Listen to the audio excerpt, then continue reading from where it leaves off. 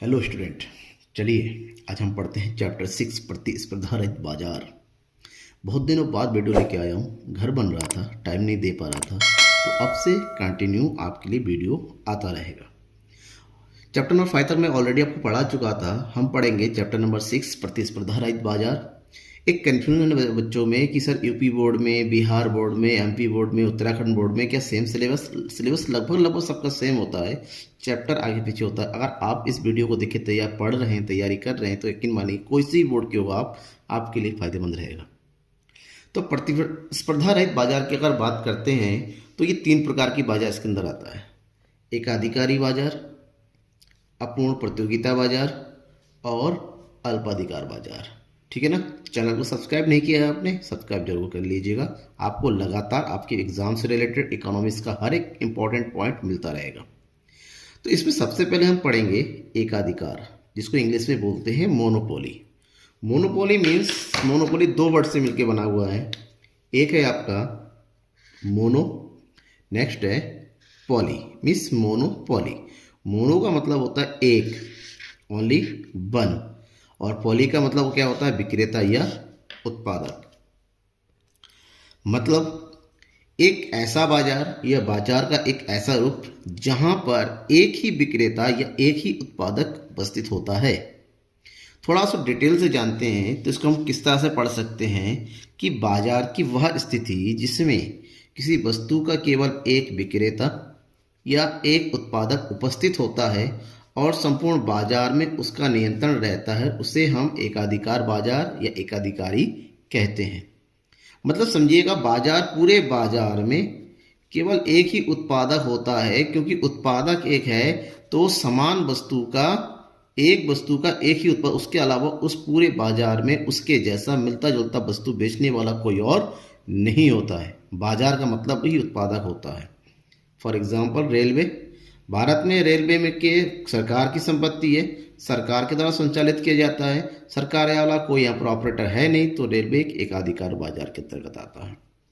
एकाधिकार बाजार की अगर विशेषताओं की बात करें तो कुछ प्रमुख विशेषताएं इस प्रकार से है। एक विक्रेता और क्रेता अधिक। क्रेता तो हर बाजार में ज़्यादा होते, क्रेता मतलब खरीदने वाले, और एक ही विक्रेता यानी कि एक ही उत्पादक उपस्थित होता है। नंबर 2, नई फर्मों का प्रवेश प्रतिबंध। इस बाजार में किसी प्रकार के नए बाजार पर प्रवेश नहीं कर सकता, क्योंकि ये प्रवेश करने नहीं देता है। वस्तु का निकटतम स्थानापन्न नहीं होता है। उस बाजार में जिस वस्तु का उत्पादक वो होता है, उसके अलावा उसका कोई निकटतम स्थानापन्न, स्थाना मतलब जानते हैं उसकी जगह पर किसी दूसरी वस्तु का प्रयोग करने वाला नहीं होता है। कीमत निर्धारण पूरी तरीके से उत्पादक के द्वारा ही किया जाता है, उसी के नियंत्रण में आता है। वो अपनी इच्छा से अधिक लाभ कमाना चाहता है तो कीमत अधिक रखता है, अधिक बेचना चाहता है तो कीमत को कम रखता है। अब वो अपने हिसाब से बाजार को नियंत्रित करता है। कीमत विभेद उपस्थित होता है। अब बात करते हैं कीमत विभेद क्या होता है। कीमत विभेद का मतलब होता है, मान लीजिए विक्रेता एक ही है ए, और उस सामान को खरीदने के लिए जो है सी भी गया, डी भी गया, ई भी गया। सामान की कीमत, नॉर्मल कीमत है 10 रुपये। अब ए इस 10 रुपये के सामान को सी को 9 रुपये में बेच सकता है, डी को 12 रुपये में बेच सकता है, ई को 10 रुपये में बेच सकता है। यानी कि एक ही वस्तु को अगर विक्रेता अलग अलग व्यक्तियों को अलग अलग कीमत पर बेचता है तो उस स्थिति को हम कीमत विभेद की स्थिति कहते हैं। अब हम पढ़ते हैं कि एकाधिकारी फर्म का मांग वक्र किस प्रकार से होता है। एक चीज ध्यान में रखिएगा, एकाधिकारी फर्म, भले ही हम यूँ कहें कि पूरे बाजार में कीमत का निर्धारण जो है एकाधिकार स्वयं करता है, यानी कि उत्पादक खुद करता है, विक्रेता खुद करता है, लेकिन एक चीज़ ध्यान में रखना है आपको कि कीमत और विक्रेता द्वारा मांगे गई मात्रा के बीच में हमेशा विपरीत संबंध होता है। यानी कि जो मांग वक्र होगा यहाँ पर एकाधिकारी बाजार में, वो सेम वैसा ही होता है जैसे एज यूजुअल पढ़ते हैं कि अगर हम कीमत देखें और जो मात्रा देखें, उसके बीच में जो है विपरीत संबंध होता है। ठीक है ना। अगर ये हो गया आपका मांग वक्र, क्योंकि मांग विपरीत होता है, कीमत अधिक होने पर विक्रेता मांगना बंद कर देते, क्रय करना बंद करते हैं। तो इसीलिए एकाधिकारी की स्थिति में अगर विक्रेता को अधिकतम लाभ कमाना है या अधिकतम विक्रय करना है, तो ऐसी स्थिति में उसे वस्तु की कीमत को कम करना पड़ता है। अधिक कीमत पर वो अधिक सामान नहीं बेच पाएगा। अधिक सामान बेचने के लिए वस्तु की कीमत को क्या रखना पड़ेगा, कम रखना पड़ेगा, जिससे वो वस्तु की मात्रा बढ़ा सके। ठीक है ना, इसमें इस तरह का संबंध होता है। देखिए ऐसे कीमत कम होगा तो मांग ज़्यादा होगी, मांग ज़्यादा होगी तो वस्तु बिकेगी भी ज़्यादा। तो इस स्थिति में ध्यान में रखिएगा कि एकाधिकारी कोई कहे कि वस्तु की कीमत किस प्रकार से होता है, वस्तु की मांग में वस्तु की कीमत में यहाँ पर विपरीत संबंध होता है। इसलिए अगर एकाधिकारी को अधिक लाभ कमाना है तो वस्तु की कीमत को कम रखकर अधिक मात्रा बेचना पड़ेगा। ठीक है ना। अब बात करते हैं एकाधिकारी द्वारा कीमत का निर्धारण किस प्रकार से किया जाता है।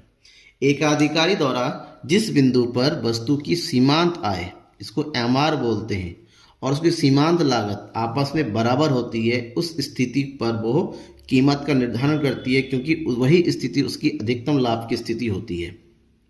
ठीक है ना। अगर फॉर एग्जाम्पल हम इसको यूं कहें कि ये इसका एमआर है, जो एमसी है वो कुछ इस तरह से होगा, जहां पर ये आपस में बराबर हो जाएगा इस तरह से, ये वाला बिंदु, वहीं पर वो इक्विलिब्रियम पॉइंट होगा, वहीं पर कीमत का निर्धारण, क्योंकि ये जो एमआर होता है इसके जो मांग होता है, मांग वक्र, ये दोनों आपस में क्या होता है, यहाँ पर बराबर हो जाता है। ठीक है।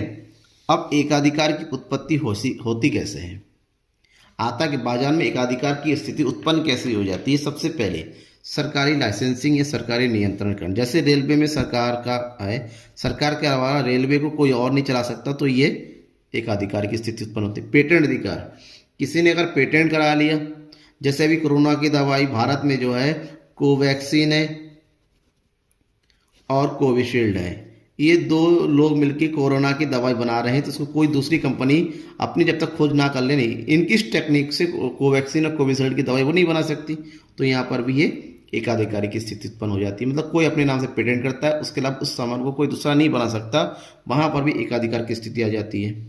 व्यापार गुट, जब लोग अपना व्यापार का गुट बना लेते हैं, गुट मतलब समूह बना लेते हैं, ऐसी स्थिति में बोलो अपने ग्रुपिंग के काम करते हैं, कोई अलावा उसके अलावा उस वस्तु को कोई दूसरा ग्रुप वाला नहीं बना सकता। प्राकृतिक उपहार, कहीं पर किसी के पास अगर कोई चीज़ प्राकृतिक है, प्रकृति से मिला हुआ है, तो वहाँ उस स्थिति में भी वहाँ पर जो है एकाधिकार की स्थिति उत्पन्न हो जाती है। अब हम बात करेंगे पूर्ण प्रतियोगिता, अपूर्ण प्रतियोगिता। अपूर्ण, एक ऐसा बाजार जहां पर प्रतियोगिता तो होती है लेकिन अपूर्ण होती है, ना ही प्रतियोगिता पूरी तरीके से होती है, ना ही अनुपस्थित होती है। मतलब ये ना ही पूर्ण प्रतियोगिता बाजार है, ना ही पूरी तरीके से एकाधिकार बाजार है।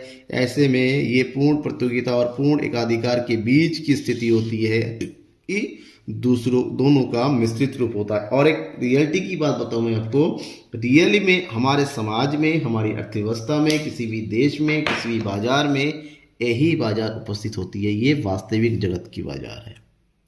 अब पूर्ण प्रतियोगिता अवास्तविक है। एकाधिकार की स्थिति आज के समय में कम है, तो आज की स्थिति में जो बाजार में मिलता है वो पूर्ण प्रतियोगिता बाजार है। इनकम्प्लीट कंपटीशन मार्केट क्या होता है, एक बाजार की एक ऐसी स्थिति है जिसमें क्रेताओं और विक्रेताओं की संख्या पूर्ण प्रतियोगिता की तुलना में कम होती है। ठीक है।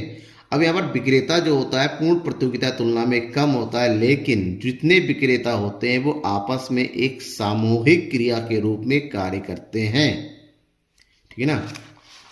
इसकी विशेषताएं कुछ, दीर्घकाल में वस्तु का मूल्य एमआर और ईआर दोनों बराबर होता है, और दूसरा क्रेता और विक्रेता को बाजार का संपूर्ण ज्ञान नहीं होता है।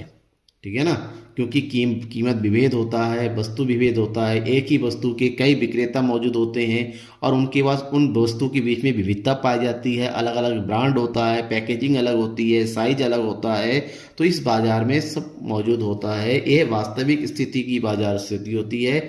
वस्तु विभेद पाया जाता है, मतलब एक ही प्रकार की वस्तु के अनेक टाइप पाए जाते हैं, उनके बीच में अलग अलग विभिन्नताएं होती हैं, ब्रांडिंग का हो, पैकेजिंग का हो, रेट का हो, और प्रतियोगिता उपस्थित सारे पूरे बाजार में, क्योंकि एक ही समान वस्तु बेचने के लिए कई विक्रेता ए बी, हर कोई चाहता है कि मेरी वस्तु ज़्यादा बिके, मेरी वस्तु ज़्यादा बिके, ऐसे भी लिए उनके बीच में प्रतियोगिता उपस्थित हो जाती है। और इस प्रतियोगिता को निपटने के लिए उनको विज्ञापन का सहारा लेना पड़ता है, जिसको बोलते हैं विक्रय लागत उनकी बढ़ जाती है।